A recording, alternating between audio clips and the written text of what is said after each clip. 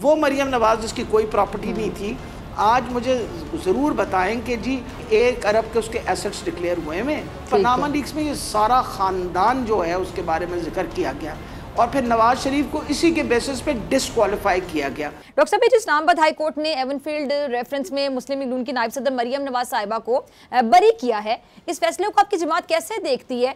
नायब इल्जामात साबित करने में क्या नाकाम रही या फिर इसको NRO 2 कहा जा सकता है? सबसे अहम चीज़ ये है कि जब पनामा लीक्स हुई, ये जो सारी बात जो है पनामा लीक से निकली थी, तो क्योंकि मैं पर्सनली इन्वॉल्व थी इसके अंदर कि नवाज शरीफ के ख़िलाफ़ मैंने पहली इलेक्शन लड़ी हुई थी और इन्होंने अपनी एसेट डिक्लेरेशन और मरियम नवाज़ को अपना डिपेंडेंट उसके अंदर डिक्लेयर किया हुआ था, तो मैं I went into the court, into the election commission. अगर आपको याद हो तो मैं इलेक्शन कमीशन के अंदर गई और इलेक्शन कमीशन के अंदर मैंने अपना केस दायर किया कि ये जो सारे एसेट्स की जो बात कर रही हैं, अगर ये एसेट्स मरियम के हैं तो ये यहाँ गलत, बिकॉज इसको तो ये उसको डिपेंडेंट शो किया गया है। आप और मेरे बाद सिर्फ मैंने अकेली ने केस नहीं किया, आपको पता है मेरे बाद पीपल्स पार्टी ने भी केस किया उनके ऊपर, वहाँ इलेक्शन कमीशन के अंदर जुल्फ़िकार खोसा साहब जो थे वो उनके वकील थे, और इसके अलावा फिर शेख रशीद ने भी किया। इसके अंदर मत सब ने केस किए और फिर ये केसेस कोर्ट के अंदर फाइनली गए। वो JIT बनी, उसके ऊपर सारी ये जो इन्वेस्टिगेशन हुई, उसके बाद वालिद साहब जो हैं वो भी डिस्क्वालीफाई किए गए और ये बेटी जो थी इनको भी सज़ा हुई।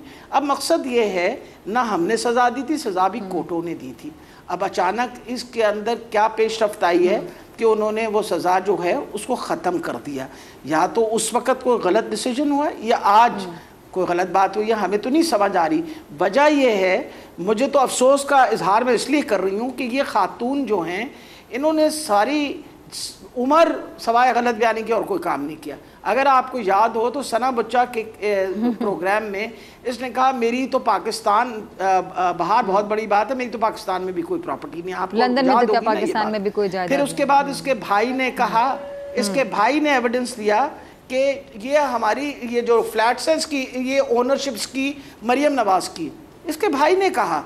फिर सबसे बड़ी ये बात है कि जो कुछ भी वो कतरी खत और ये सारा कुछ जो भी करते कराते रहे, end of the day they could not prove and therefore उनकी कन्विक्शन हुई। अब मुझे ये बताइए कि वो मरियम नवाज़ जिसकी कोई प्रॉपर्टी नहीं थी, आज मुझे ज़रूर बताएं कि जी 1 अरब, मेरे इतला के मुताबिक 1 अरब के उसके एसेट्स डिक्लेयर हुए हैं, 1 अरब रुपए के। तो अब मुझे ये बताइए कि वो खातून जिसका कुछ भी नहीं था, अचानक कुछ अरसे के अंदर अब 1 अरब का एसेट्स, मेरा ख्याल है हम ये कौम के साथ मजाक हो रहे हैं।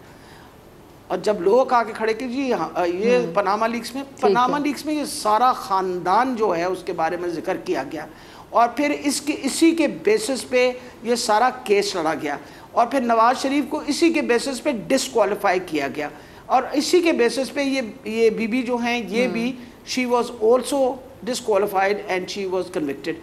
अब मकसद ये है कि मैं आपको बता रही हूँ दिली रंजिश है, गम है इस बात का कि हम तो इंसाफ कोर्ट्स की तरफ ही इंसाफ के लिए देख सकते हैं ना डॉक्टर साहिबा, और हम अगर कोर्ट्स की तरफ इंसाफ, तो ये तो कोई इंसाफ नहीं है ना।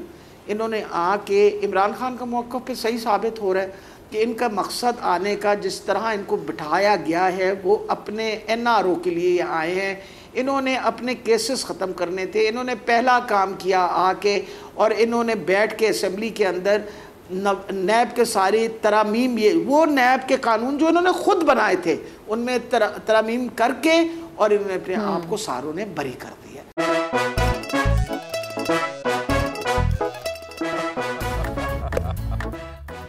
आज इनको फंसा दे।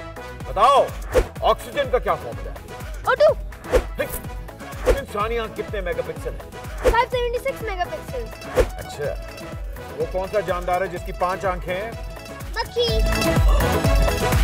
किसी भी एंगल से ये नहीं कच्चे, क्योंकि छठी के बच्चे आपसे अच्छे। छठी के बच्चे आपसे अच्छे, हफ्ता शाम 5 बजे सिर्फ बोल एंटरटेनमेंट पर। सबसे ज्यादा व्यूज, सबसे ज्यादा रील्स और सबसे ज्यादा रेटिंग के साथ बोल अब भी नंबर 1 पोजीशन पर बरकरार। अगर आपको ये वीडियो पसंद आई तो लाइक पे क्लिक करें, सब्सक्राइब करें और बेल दबाएं ताकि कोई खबर रह न जाए।